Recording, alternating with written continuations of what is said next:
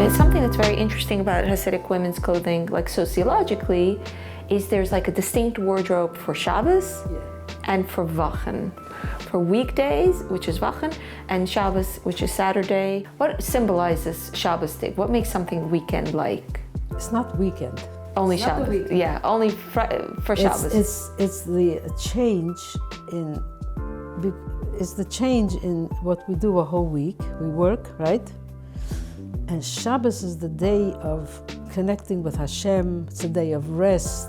It's a holy day. So of course, if it's a holy day, we want to dress in a holy fashion. We wear things that we don't wear in the weekdays, because these are clothing that honors the Shabbos. So what makes something, if you go into Macy's, how do you know that this is Shabbos day? What makes it Shabbos day? You have to grow up in this community. You'll find It's often we white. We know. We white, have a feel. We have a feel for it. It's a feel. Oh, I can't wear this in the weekdays. This is Shabbos day. Why? What makes it Shabbos day? It's more elegant, a little bit more elegant. It's a little bit, it feels to us Shabbos day, and we put it away for Shabbos. But the stuff from Shabbos you can also wear for Yom Tov, for holidays, and also Yeah, for it's weddings. the same thing. No, Shabbos and Yom Tov will be the same. Weddings will be a different kind of clothing because it's very fancy. It's more fancy. Shabbos and Yom Tov, you don't dress fancy, but you dress in separate clothing that looks better on you or that's more expensive. But a wedding is very dressy clothing. So no, we don't sit by the table in wedding dress. No. Do you have specific clothings that are specific for Shabbos? Sure. What? You want me to bring it out? Yes? No. Okay, you're yeah. No, I put it away. This is for Shabbos. Oh, so what? This was Shabbos. White tights on girls. They're not wearing white tights on girls anymore. I know, they're not black tights on Shabbos. Yeah, I mean, people my age are like, we're looking and saying, Yeridus Adoiris. It's the loss of a certain precious innocence. We were running around Shabbos with our white tights hanging over our ankles, full of stains and spots. Doesn't matter, but you knew that this was a Shabbos de Gemalbish. Yeah, it was the clothing for Shabbos. We even had Shabbos coats. Sure. Which was like an elegant wool coat versus a puffer. Anything became Shabbos dik. I mean, look at the men, how they address Shabbos dik. They don't wear their weekday clothing. They have special clothing for Shabbos. The boys, the men, everybody. Nobody sends a 3-year-old to shul, let's say. They're sending him to shul with what he's wearing in the weekdays. It's special clothing that you put away for Shabbos only. Yeah. It's interesting. You know, you can so taste, feel the Shabbos. This is something I experienced that was really interesting during COVID. Everything fell apart, like in the sense of time, except for the time of Shabbos. I was like, even if someone would put me in solitary confinement and I'd have no clock, I will know in my body when it's Shabbos. And I think it comes from years of eating the same food, wearing special clothing. It comes from the Neshuma Yesida. From the Shabbos de soul. Yeah, we get a special soul Shabbos. Yeah. What about an apron? Do you wear a white apron on Shabbos? You want to see it? Yeah. I'd love to see it. I got it from one of my daughters. Wow. Is it made from gartel material? Yes, look at it. Wow. It's beautiful. It is beautiful. So I wear it for Lechbenchen. Only for lighting then. the candles, yes. Only for lighting the candles. Yeah, I'm also modern. Why taking it off? Yeah. I see. Yeah. This is made, see, it does look like a gartel. It's made from gartel material. How long does it take her to knit this? I don't know. I've never seen someone make their own Shabbos Digga apron. I know, this is very unusual. Yeah. My mother used to make my brother's belts, the gartels. I don't think it ever occurred to her to... Who still wears a half apron like this? Many people. Yeah. What about when a girl becomes bar mitzvah? When a boy becomes bar mitzvah in this community, his clothing changes. Right. He starts to wear the hat and the jacket. What happens for a girl? No, she gets an awareness of now, when she does a mitzvah, it goes into her logbook. I see. She's responsible, you know? She becomes more responsible. She feels more grown up. Definitely.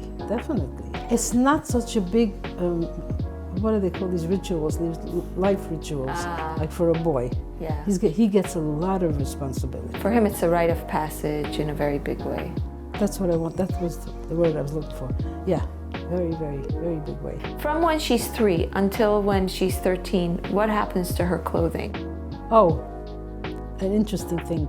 Once she graduates grade school, she puts on different stockings. The famous palm stockings. The famous palm stocking. Why are you laughing?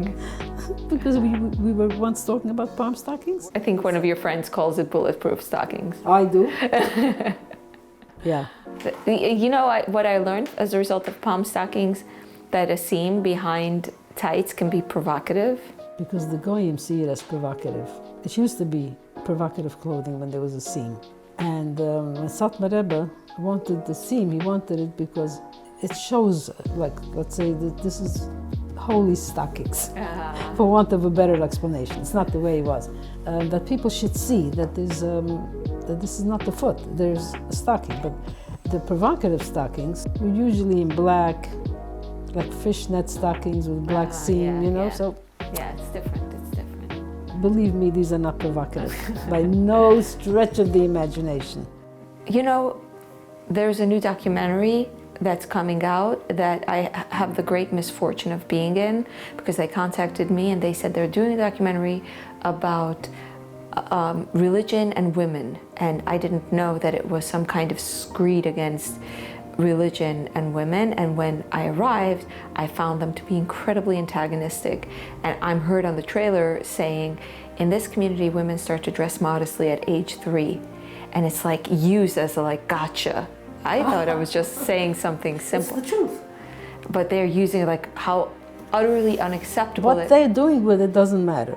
What is the truth matters. What they're doing with it, that's their prerogative, right? Yeah, but they're saying essentially girls here are sexualized from age 3. Terrible. They're not sexualized. They're being taught the principles of tznius, of modesty. It's not because they're sexualized. They're sexualizing it. Their head is going there, you know? We don't sexualize it.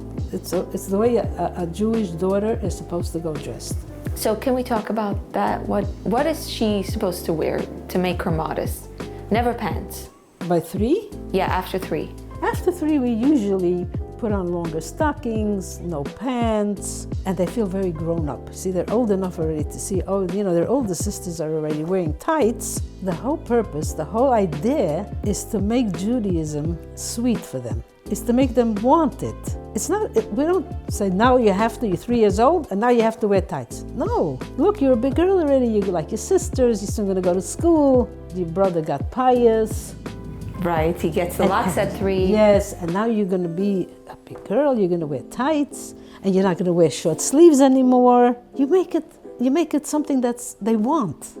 The child that said, and really that's the way all of Judaism is really tried to be taught. And it's exciting for the child that, you know, all kids want to grow up, want to be grown-ups, and we all want to be younger. So at age 3, also no more pants. Why no pants? Pants are modest. Yes, they look modest to you. We see it as a men's dress. And we are forbidden for a woman to wear men's clothing, for a man to wear women's clothing. It's forbidden. So that's why we look at pants on a girl with jaundiced eye, because it's not the goal to wear pants. The goal is to take those pants off and to be a girl now. You're a big girl. It's like pants are Begedish, they're the men's clothing, and that's the problem. Yeah. But you would feel comfortable with like a cleaning lady in your house with pants. Sure. Because you don't feel you wouldn't feel comfortable with a mini skirt on the cleaning lady. No, because that's very provocative. A mini skirt is provocative. The pants are also provocative, the way they wear pants today, you know. But and some people get their cleaning women to wear like a smock.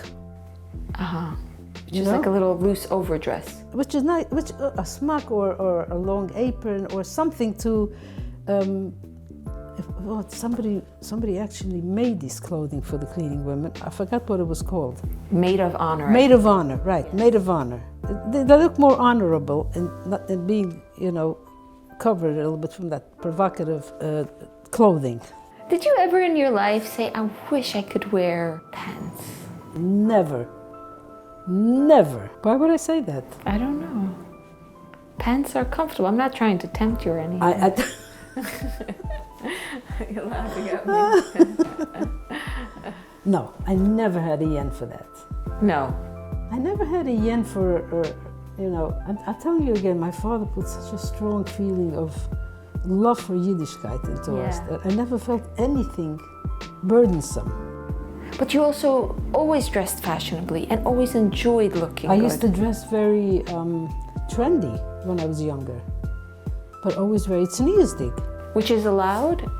At which point? It depends. It depends. If something trendy, like for instance, you see these skirts now? Everybody's wearing skirts like above their ankle.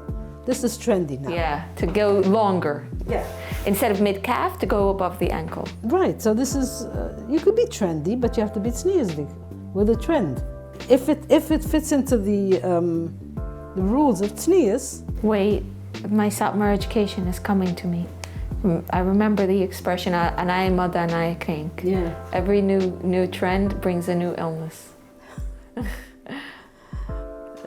Okay, because still in all, we do not want to emulate the other nations. What they find trendy, we don't want to be part of that. But young people have a very big nisayon. How do you say nisayon? Challenge. It's like very big challenge. You know, we're constantly talked to about it. So depends on it depends how teenagers are rebellious, and even Hasidic teenagers are rebellious. No comparison to the rest of the world, but the rebelliousness is inborn. It comes with the territory. Yeah. So it depends how rebellious a teenager is. What about here? What are the traditions around here? Loose hair is considered very provocative. So the girls like to have long hair.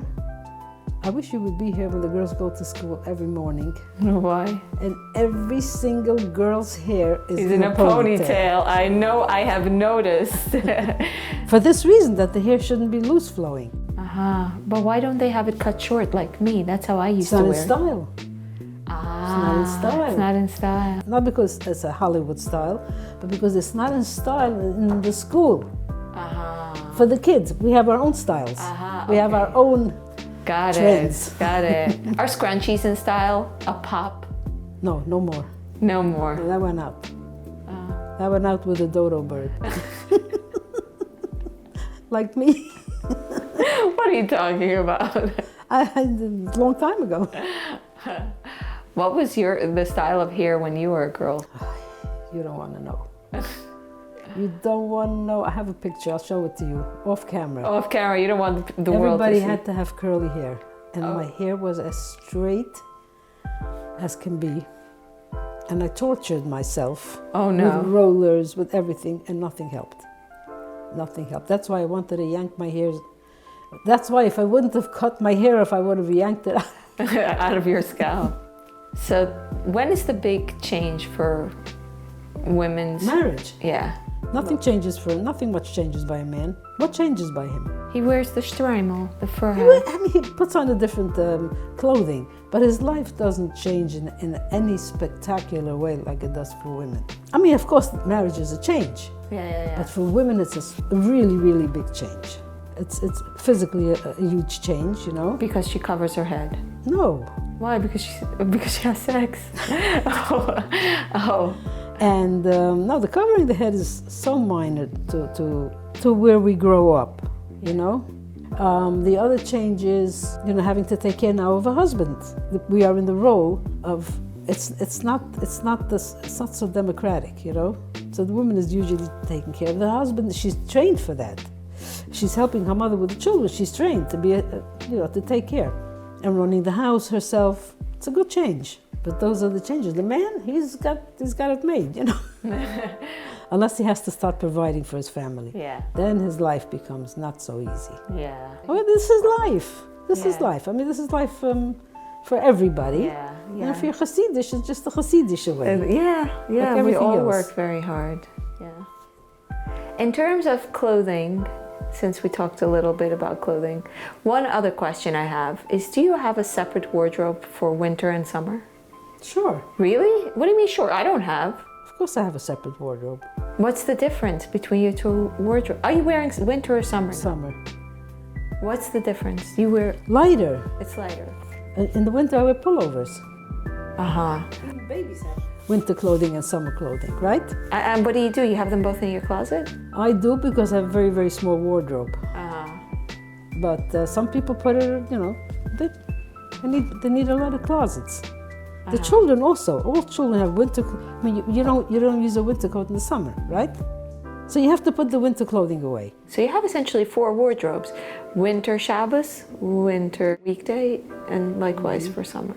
Yeah, Last question: yeah. what's your favorite outfit you ever had?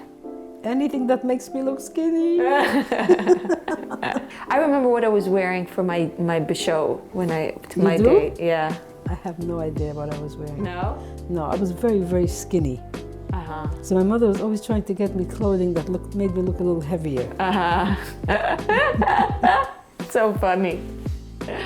Life a little ironic sometimes. It is. It really is. Let's go shopping for clothing that makes us look a little I heavier. hate to shop for clothing. Me too. Me too. Wow, you have such a good figure. Why would you hate to shop for clothing? I hate to shop for clothing. It's extremely unpleasant. It's extremely unpleasant. I would wear the same pants and top all the time. Like men. Dress like Hasidic men. That's right. Yeah. They have no problems with that. Yeah. Yeah. This was fun. Yes, it was. Thank you, Pearl. I so enjoyed talking to you. You're so welcome, and I enjoyed it so much too.